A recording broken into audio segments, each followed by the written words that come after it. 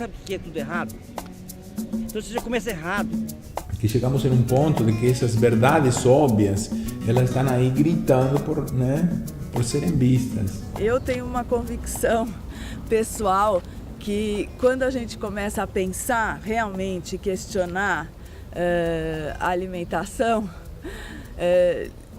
a gente questiona o sistema inteiro, né? Então, eu acho que a gente vive hoje como sociedade uma normose. Normose é a doença de ser normal.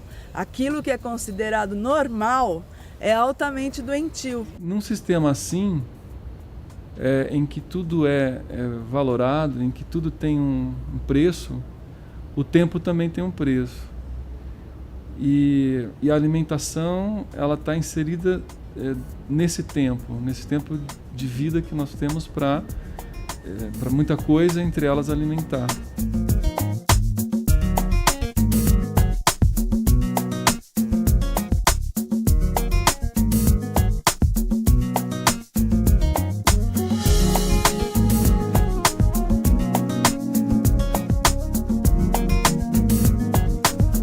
A gente está entendendo que hoje, assim, as pessoas que ficam ainda buscando dinheiro, sem aliança com a natureza, seja no vestir, no construir, etc., está perdendo a grande oportunidade de inovação.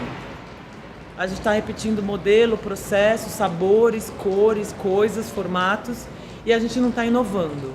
Então o convite da ecologia não é da gente ser chato, o convite da ecologia em aliança com a nossa economia é ser inovador, é ser criativo, é ser humano. Se você for ver uma comida normal, que em geral é servida por aí, nas lanchonetes, restaurantes, casas, etc., ela é extremamente inadequada, né? Então, quando a pessoa está com algum problema de saúde ligado à alimentação, e a maioria deles é ligado à alimentação, se você for fazer um questionamento profundo, você sai do sistema. Você passa, não é que você sai do sistema, você passa a buscar outras alternativas, outros fornecedores, porque o normal vai continuar te fazendo muito doente. Enfim, como é lidar com esse um outro olhar dentro dessa sociedade, né? Por um outro lado, a gente também vive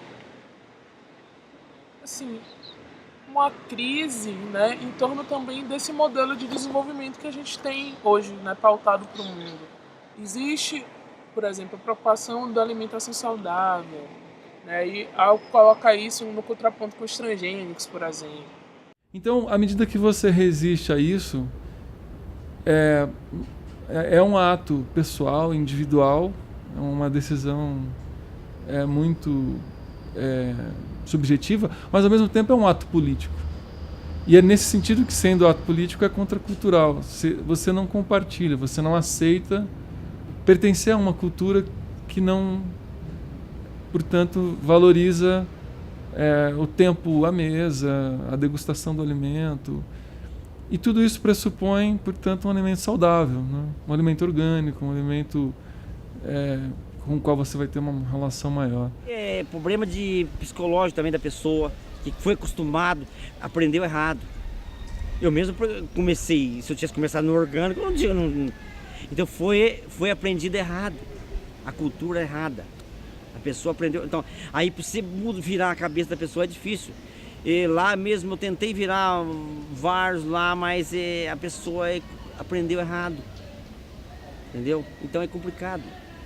Tem que ter a cabeça diferente. Você tem que mudar teu pensamento, entendeu? A gente está falando de contracultural nesse sentido de ser uma cultura, sobretudo com um viés economicista, que transforma todas as relações em relações capitalizadas. É uma coisa que não depende de governo, de corporação resolver esse problema. Ela está nos hábitos da sociedade, de cada um de nós, essa questão de consumir em excesso, de comprar em excesso, muito além do que consumir. E não saber descartar corretamente. E aí, politicamente, acaba sendo um problema grave, porque envolve, como eu falei, desdobramentos muito graves, como problemas de saúde pública. E isso envolve os estados, envolve governos, envolve votos, envolve uma série de coisas que ultrapassam a dimensão de simplesmente comer. Ou seja, decidir comprar um produto não é uma decisão só por aquele produto, mas é também por um modelo de vida, e por um modelo, portanto, político, né?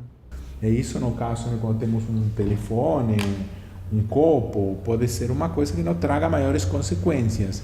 Mas quando fazemos isso a grande escala com o alimento do ser humano, isso é extremamente perigoso.